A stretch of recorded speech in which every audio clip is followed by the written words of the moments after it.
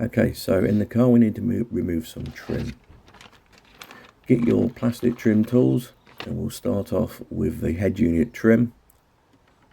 Pop it in on the side there and just clip it out. It may be a bit tight. Mine's a tad loose because I've had mine out a few times, but one that hasn't been out many times will be very tight. The bottom ones are also very tight. You're just going to pull nice and gently, a nice straight angle, straight out. You've got 4 pins there to pull out.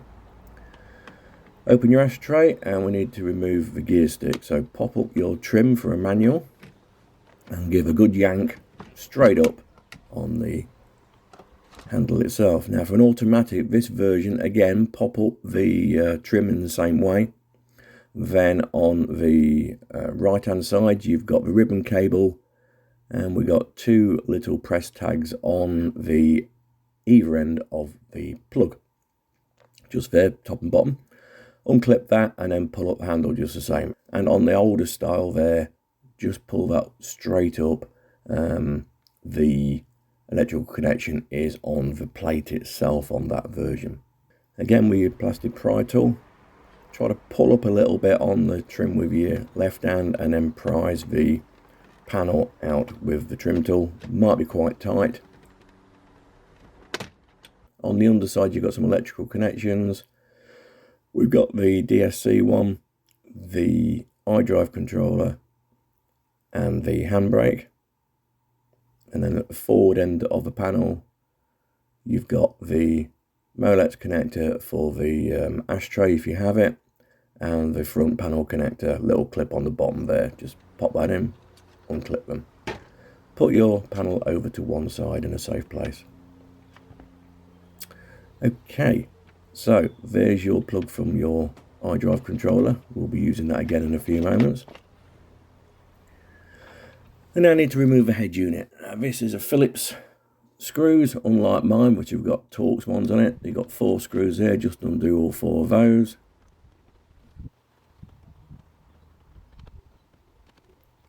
And then slide the unit out. You may need to put your gear stick back into 4th position or right back on an auto. You'll need the ignition in to do that on an auto. Just don't start the car. Okay, so you've got various plugs in the back. You've got your FM radio, your GPS, your LVDS connector, your Glovebox USB, and of course the quad lock connector. Okay, so on to what you get in the box. Right, so we've got the actual MMI box itself. Okay, on the front panel we've got, in order, you've got the power indicator, the operating indicator, the micro SD slot for software updates, and a reset button. On the rear panel we have the LVDS out connector, the fibre optic MOST connector and the main power connector, as well as the microphone port as well. Okay, so also in the box we have the supplied microphone. I'll show you more about this in a few moments. But basically it's just a microphone. You've got various places which you can locate it. You've got a sticky pad and you've got a clip as well. So we'll come to that. Then you've got the most important MOST fibre optic cable. Okay. Also included is the new LVDS Y connector. Again, I'll show you all about that as we go through the connections. We have your iDrive controller adapter cable. We have the other version for the other style of boxes, but we don't need that one. So, and then we have the other cable, which is for the cameras, the USB, and the iDrive controller. A MOST adapter, which I'll show you about a bit later on. A couple of sticky pads, and then a batch of instructions, which includes, in no particular order, so we've got the operating menu overview, we have the device layout and installation diagram, and we have the optical fibre connection and the general menu. Okay, so let's start with what is basically the main loom. So this includes your camera inputs, your USB, and the connection to your iDrive controller. So this is just a plug-in for the hard drive controller. There's another cable that actually goes to the controller itself. Just make yourself familiar with the cable. Okay, so here's the actual cable that goes to the hard drive controller that plugs into that other loom. So you've got the two plugs. There we go, so that's it, plug it in there.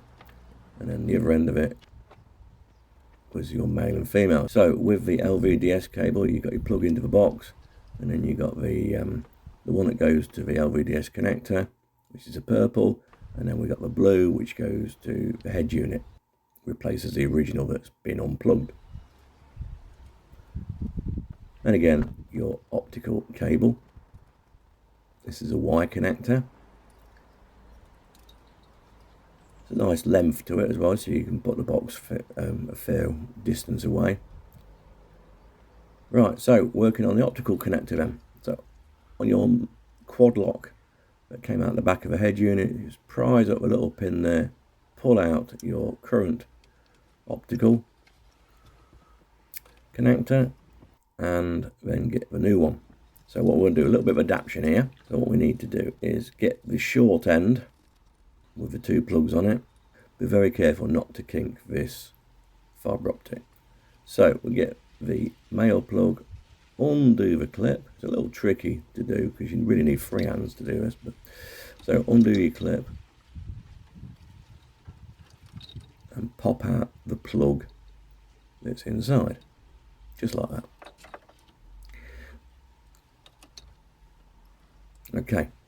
Now get your existing one that you've just taken out of the back of the quad lock connector, and you'll notice that there is a little triangular piece just on the bottom there, just there, and that marries up with the bit that's on the plug, so you can't get the wrong way around. That goes in like that, clips in, lock it in. That's ready now. Okay, so back to your new adapter. You've got a female, plug that new male into that female. And then the end that you've just taken the plug off, that now goes into the quad lock. And again, it has the same triangular piece on it, so it can't go in one way. Twist it around and plug it in, clip it in position, make sure it's in there. That's it, it's locked in place there. So, center console. I've shown this on other videos. Undo the back, 10mm socket out the back. You got your two Torx 20 screws on the front of the panel, undo those, and then you got the Allen head in the middle. Undo that one as well. Screws into that. Just undo that. And then just lift back the center console. This is so you can get your hard drive controller cable through properly under the plastic in there and push it through. So back of the controller end, plug your existing male into the new female, and then you've got the new male ready to go into the controller. Tuck your cables into a reasonable position, and then we can take up the slack back into the dashboard. Right, drop your glove box and find your various T20 Torx screws. The ones with the circles, not the ones with the X's on them. Remove all these and off your side trim, and you'll find there's another screw in the back here. Okay, so you've got another screw just there. Undo that one as well. Now inside you've got one there. Underneath you've got one underneath that panel there. So you need to remove these 3 screws. Again, these will be Phillips screws. And then here's the hidden ones. They're all Torx T20s. There's the 2, and the 3rd one under that section just there.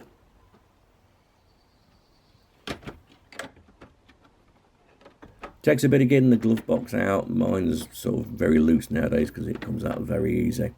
And you will not have your MULF or anything else attached to the top of that glove box. Mine is because I retrofitted it. Okay, so you can now feed your various cables through to the glove box area. But we're going to test the box first just to make sure everything's working. So we need to plug everything together. That's your hard drive controller cable. So you need to then plug in your wire plug into the box. Next we've got the fibre optic. So again, feed that one around. Don't kink the cable, make sure you feed it through lovely.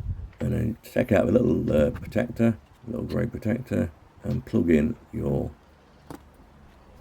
new fibre optic into the box. Make sure the clip's on the right way around, it'll only go one way. That's it, nicely in. And finally the LVDS adapter cable. So feed your two ends round and then plug in to your box. And as you can see here, this is the aperture from the head unit area through to the glove box area for the cables to feed through. Okay, so quickly on the dip switches, all need to be off for what we're doing. Right, LVDS connections. So your pink one you got out of the back of the head unit goes into the purpley coloured one on the new loom. That just clips straight in. And then your blue one from the new plug goes into the pink socket on the back of the head unit. Okay, and now we need to just replace every other plug on the back of the head unit, including the quad lock. Quad lock just pushes in with the handle up slightly, and once it's in, just push the handle down and that locks it into place.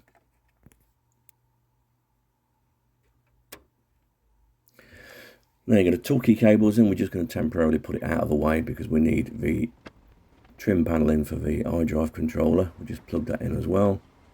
That's the new plug going into the bottom of the iDrive controller. I just place your panel safely in there. As I say, this is only a test run, but we do need things to be in the right place. Okay, so we key in and hopefully everything works. Right, so your screen will open up. Just make sure the controller's working. Go to your CD multimedia. Go up to CD/DVD. Click that. You may not have to rotate after a point because mine just turns straight onto the new MMI box. So what we need to do now is connect your phone. Now I'm using an Android, so I'm going for Android Auto on this one. Do a search on the Bluetooth.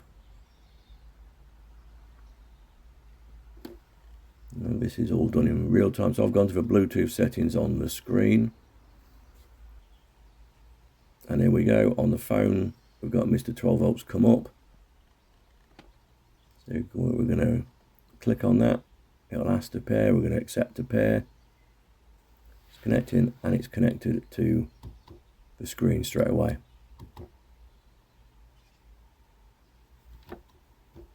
Okay. So we'll go back into the main menu, across to Android Auto, and there we go, straight up.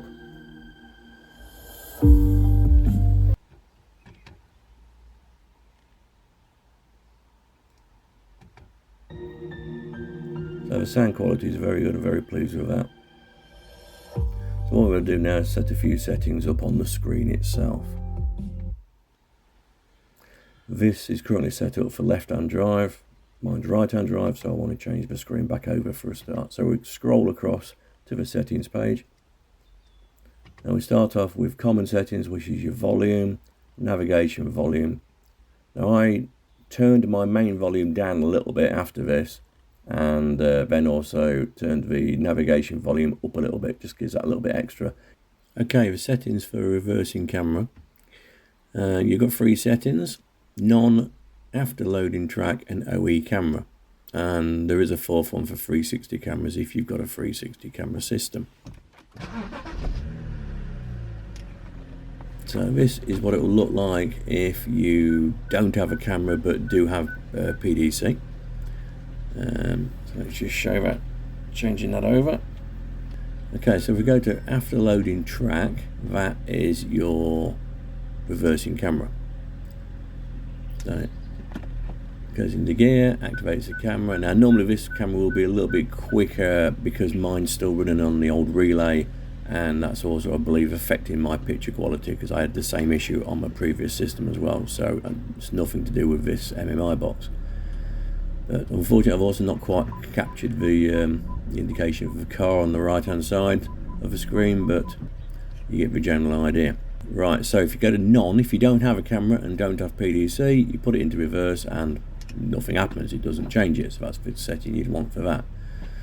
But if you don't have a camera but you do have original PDC, then set it to OE camera and it will just change into the standard BMW screen.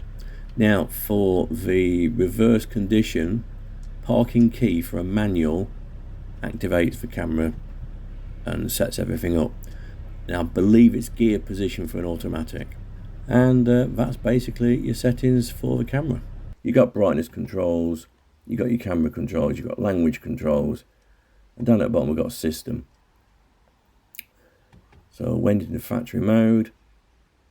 We've got echo cancellation, not quite sure what that's actually going to do. I find mine not to be a problem. Advanced settings, you need a PIN code for that. I don't currently have that PIN code. So phone link setting, went into that one. And so we got everything set up correct for Android Auto and iPhone for both wireless and USB. So here we go, right hand drive. So it says right hand drive and it was ticked, but to me it should be the other way around. So reset that, it needs a reboot afterwards. So I unticked the right hand drive, did the reboot, waited for it to start back up. You got your red screen for a moment, then goes back into its Mr12volt splash screen.